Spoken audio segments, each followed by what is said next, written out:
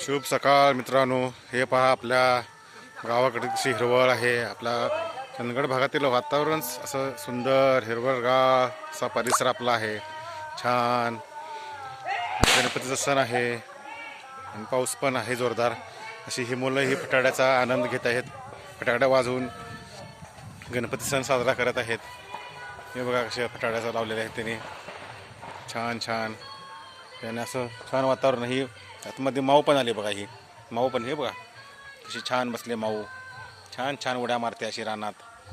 छान असा सुंदर हिरवळगार परिसर झालेला आहे. सगळे बरं गणपतीचं वातावरण आहे सर्वत्र.